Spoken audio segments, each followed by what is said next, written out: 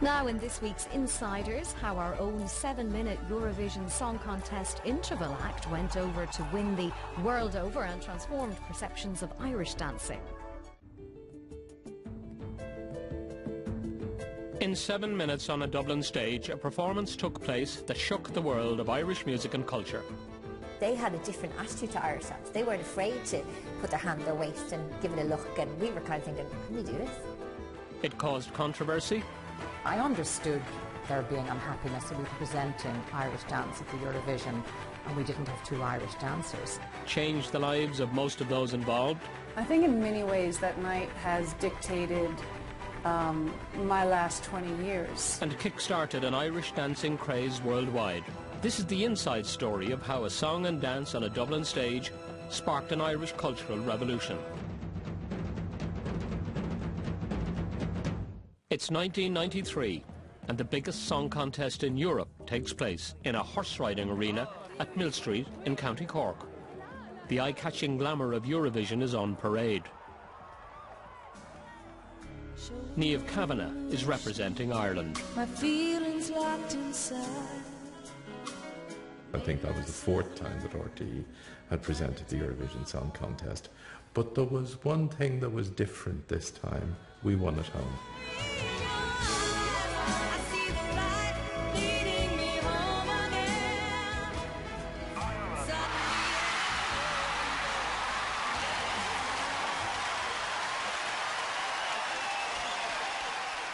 Well, great excitement here in Mill Street, obviously, an Irish victory, something that some of the RTE executives had been a little bit worried about perhaps. Liam Miller, as the executive producer, how are you feeling now? I feel great. We've had a most wonderful Eurovision Song Contest. And what about next year? What do you do now to top Mill Street effectively? Well, next year is another question. I mean, it's something we'll start thinking about in the next few hours and the next few days, I have no doubt. The Eurovision Song Contest wasn't widely regarded as a cultural beacon.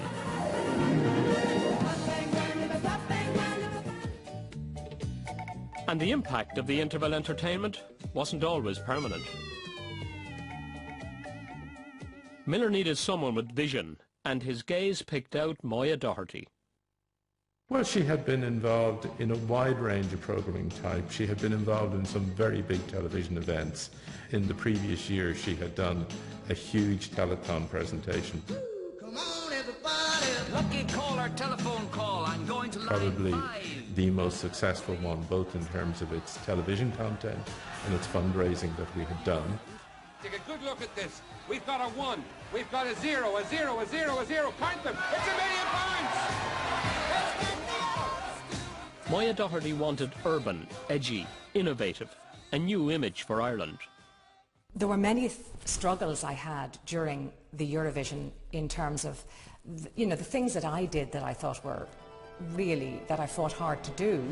The postcards, which were directed by some fabulous directors in RTE, we made them very edgy and urban and almost like a pop video. That was quite new, quite different. Gave them all a contemporary sense and an urban, rough, not pretty postcards of Ireland. Now, I had a pretty tough time with the powers that represented tourism in Ireland at the time. That's not what they wanted. Moya also wanted jury voting in Vision, a first for Eurovision and another hard-fought battle. Russie, 1 point. Russie, 1 point. Russia, 1 point. That was a huge battle as well, because I had to fight with the EBU to get that in. They wouldn't fund it. Those were the days when Germany and France and the UK controlled the Eurovision, which they don't anymore. And finally, Moya Doherty was determined to showcase Irish music and dance. So I knew it had to come from our roots, and I knew it had to be traditional.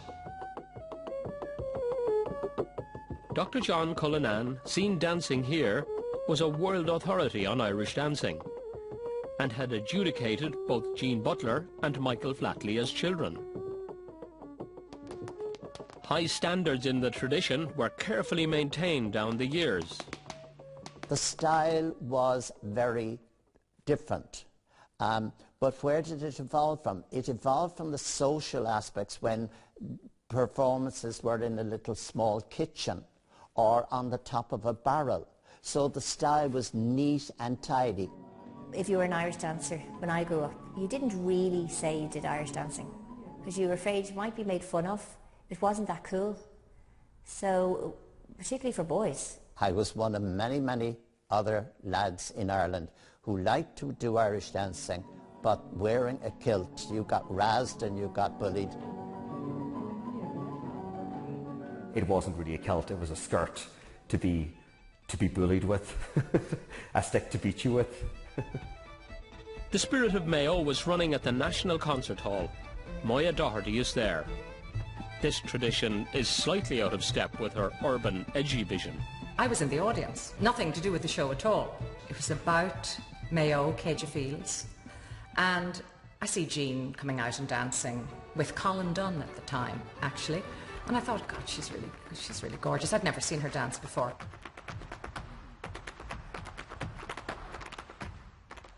Next thing, out comes Flatley.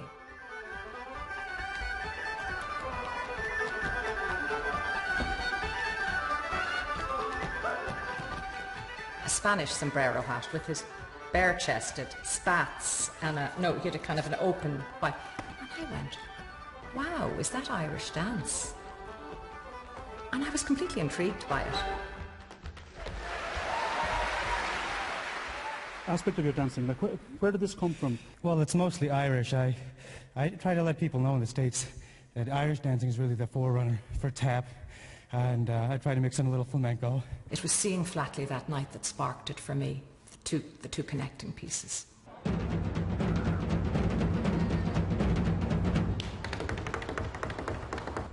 I was in the living room with my other flatmates and the phone went. And somebody came in and said, there's a producer on the phone from Ireland. It was Moya on the phone, and she told me all about the Eurovision Song Contest and that she wanted Michael and I to star together in the 7-minute interval section, and would I be interested and am I available? And I said, yes, thank you very much, sounds fantastic. And I hung up the phone and I went back into the living room and I asked my flatmates what the Eurovision Song Contest was. And when they recovered from falling around the floor laughing, saying, you can't perform at the Eurovision Song Contest, I said, well, I am. With Flatley on board too, a step change was taking place. I'm not a choreographer or a composer, but I knew that there were several things that we wanted, something that would build to an enormous crescendo, both musically, orally and visually. I was deeply fortunate to have the right people who could deliver it, like Michael and Jean and Bill. I thought that the life of the river would become the actual motif for the inspiration for the music and for the dance. So I went away and I started to write what ultimately became Riverdance. Until the end of the piece of Riverdance, I did not use absolutely traditional dance rhythmic forms. I used split rhythms, which were more familiar to jazz or to Eastern European music, and not quite so familiar to Irish music. The music initially wasn't easy to dance to because it was there were new rhythms. After that, once we got it in our bones and in our bodies, it was something that was just amazing to dance to because it made you dance better, it made you dance sharper. There was a fierceness to it. There was an urgency that made you stronger and sexy. It was very sexy music, and there was a different feel. You felt kind of almost, this wasn't Irish dancing, this is modern, so it was great.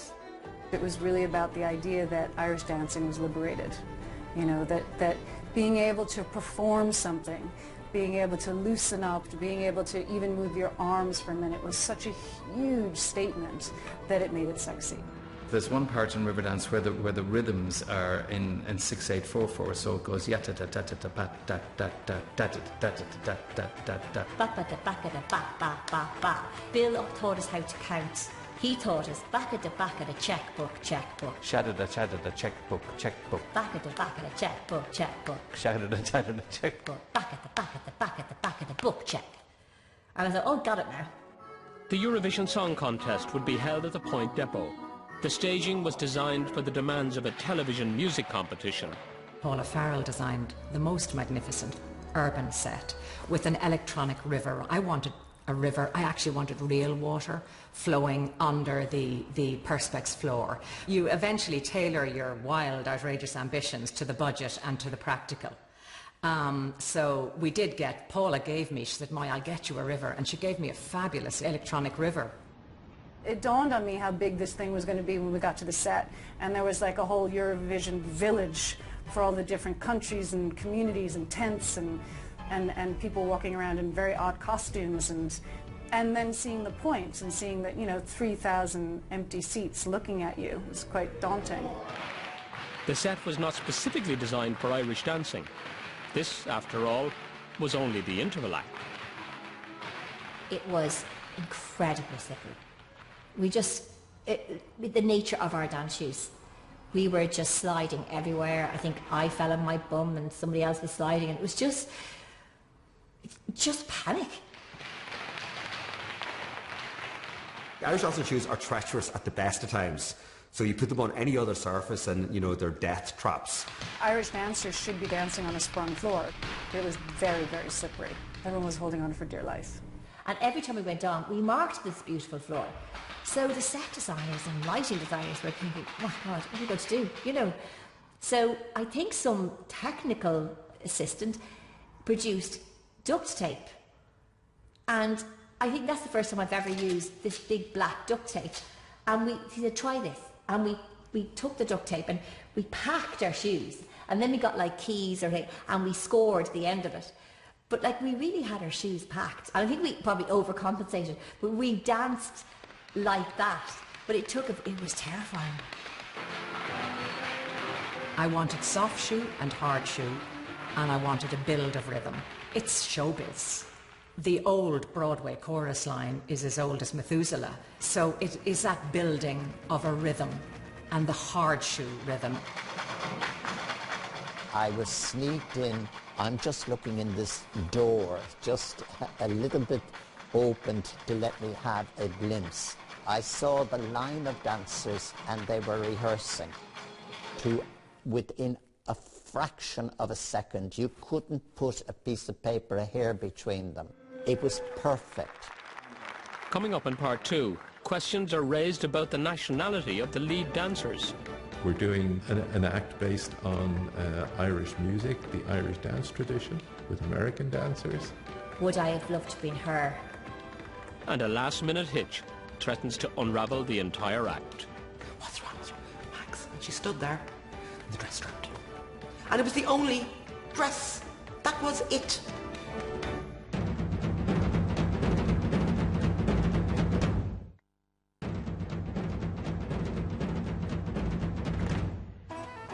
The rehearsals are well underway in preparation for the Eurovision Song Contest. And central to the interval act is projecting a new Irish identity. Some people, like in senior management, I recall, raised an eyebrow about sort of, we're doing an act based on Irish music, the Irish dance tradition, with American dancers. Every performer would be lying if they said, oh, we'd love to be Michael Flatley, or I'd love to be Jean right now. It's a shame that it wasn't an Irish. It's not that it wasn't a shame. I don't think that because they were Americans, they were able to do it. Jean is probably as bashful as I am, but given the opportunity, you would have risen to it. Why do they have to get two Yanks? You know, I mean, was there nobody here who could do it? And my answer at the time, which is still my answer now, Moya had a vision, and to some extent it was, let's present a modern Ireland. I understood there being unhappiness, so we were presenting Irish dance at the Eurovision, and we didn't have two Irish dancers. But actually, that was the whole concept of the piece, that they weren't. They didn't. They came. They were the diaspora. Some people would like to think that they fell out of the skies in an aeroplane passing over America, that they were never Irish. They all trained in competitions organised by the Gaelic League, their local championships, their regional championships, their All-Ireland championships, their world championships. My life was really dedicated to Irish dancing. Michael had danced for many years with the Chieftains. I was currently and had been dancing with the Chieftains for the previous 6 years. We had grown up in America, and I think that Irish dancing in America is very different to Irish dancing in Ireland. And it was something that formed our identity. Coupled with the American dream, there was this idea that you could do whatever you wanted with Irish dancing. They had a different attitude to Irish dance. They weren't afraid to put their hand on their waist and give it a look, and we were kind of thinking, can we do this? Oh, we can, okay. Of course, I would have liked to have been the person who could go out, but I wasn't that person then. Actually, that argument was put to bed when they came down to visit the premises with the minister, and the minister said, Flatley's the man. Would I have loved to have been her? Yes, but I wouldn't have been Jean. Jean was right for that part. Jean was just stunning. I'm almost positive I read an article where Jean said, my two favourite dresses in my wardrobe, my wedding dress and tucked neatly in behind it, my Riverdance dress. I tend to hide things in books in my house, and I was recently going through some of my books and I found this fax, and it says Jean 1994 on it, and it is a sketch of the original idea or inspiration for the Eurovision Song Contest dress. This dress resembled nothing of tradition. You know, it was really a modern take on what an Irish dancer could wear. I just hated all that Celtic nonsense, faux Celtic nonsense. I just wanted plain, and there was a resurgence of kind of new energy, and I wanted to capture that in some way. So I used the Liffey, basically, the colours of the water in the Liffey, custom house key. So when Mag sent over this sketch, I said, okay, I know exactly what to do, and you can see that I actually, I cut off the top of the dress, so it was off the shoulder, which became very sexy for the time. I was also quite concerned about the flare in the skirt, and I was really conscious that I wanted the skirt to actually wrap around the body. Yeah, it's the most amazing thing to have, because it reminds me of a far more innocent time.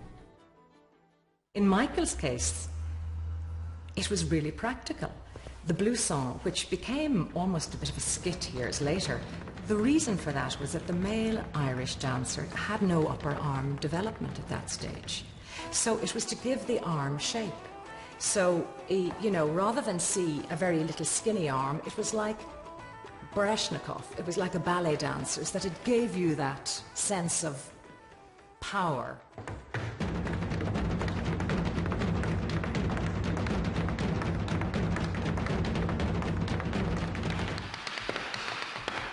I think there's been a lot of controversy over the fact that, you know, the taps were recorded in the Eurovision and also in Riverdance the show. One of the big problems with Irish dancing, and why it didn't explode before that, is either it's drowned out the music or the music drowned out the feet. I remember Maureen O'Hara, that very famous actress, and she says, I hate that. You can never hear the feet because the sound is so amplified. So we went to a studio in RTE, and we started off really fresh. I think they nearly mocked us out hours later. We were so tired. But it had to be absolutely exact. And then we had to double track it and triple track it, because it had to sound like the amount of people that were dancing at the time. It's not as if you can just play the taps and we don't actually have to work. We have to be completely on time, completely in sync, we're doing exactly what we should be doing, as if there was no live feed. And we certainly didn't hear any live feed, so we had to dance. A staggering 300 million people are tuning in to watch Europe's biggest song contest. And Moya Doherty is presenting her new urban, edgy vision of Ireland.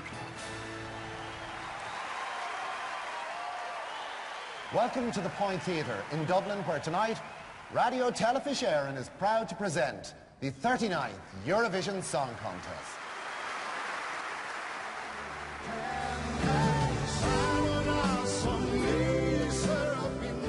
Having seen the dress rehearsal and knowing the impact that the Interval Act was going to have, I actually spent a lot of time on the evening as people arrived for the show going around and saying to people I know, whatever you do, don't leave the auditorium in the Interval Act.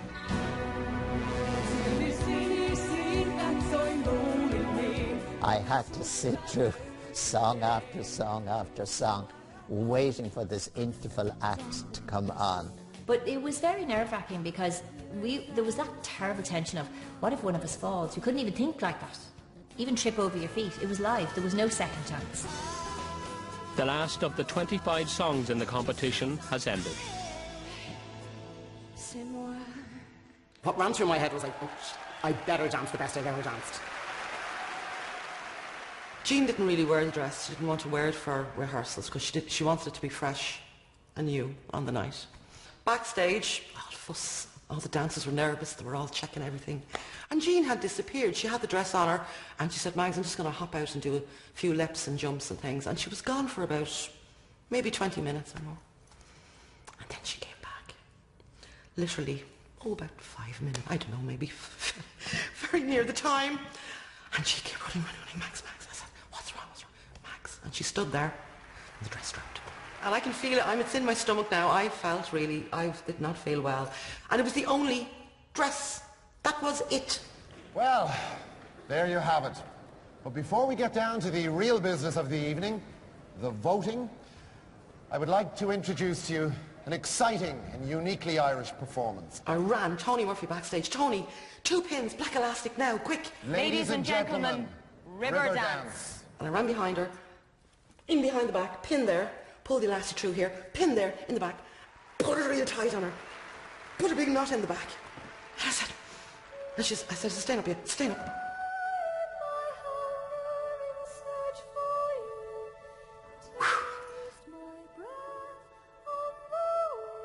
I didn't know if the dress was going to stay on me or fall off me. And to complicate matters even further, the floor was like an ice skating rink. It was very, very, very slippery. It was like we all had this secret. We knew, and the audience were looking at this beautiful girl. This was the interval act. They didn't know what we knew. We knew hiding at the back.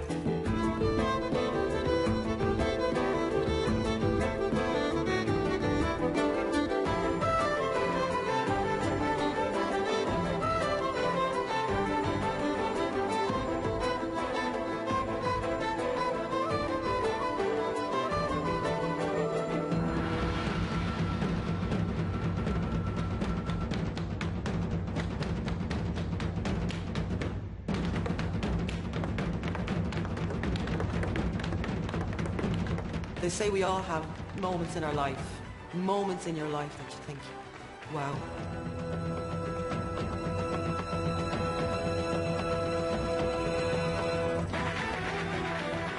My God, like, I just went berserk. I remember just throwing myself down on the floor and I ended up with my arms around the television set, making love to our TV.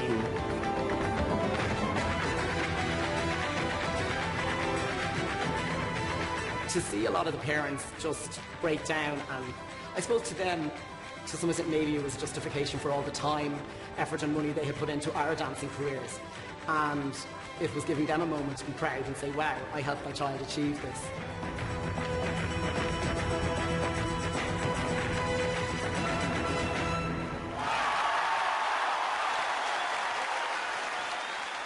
The wall of sound, which is all, it was like a tsunami of sound. Nothing has ever matched that since. That feeling of, we did it. I think in many ways that night has dictated my last 20 years. That few minutes of dancing is not only a milestone in Irish dancing, it is a milestone in dancing per se. I couldn't get a seat, so I slumped down onto the ground and sat on my bum on the floor to just draw my breath. It was because it had been a busy ride. On the 20th anniversary of Eurovision, Michael sent me a text. He said, I just have to celebrate today, man. You know, you and I made history together.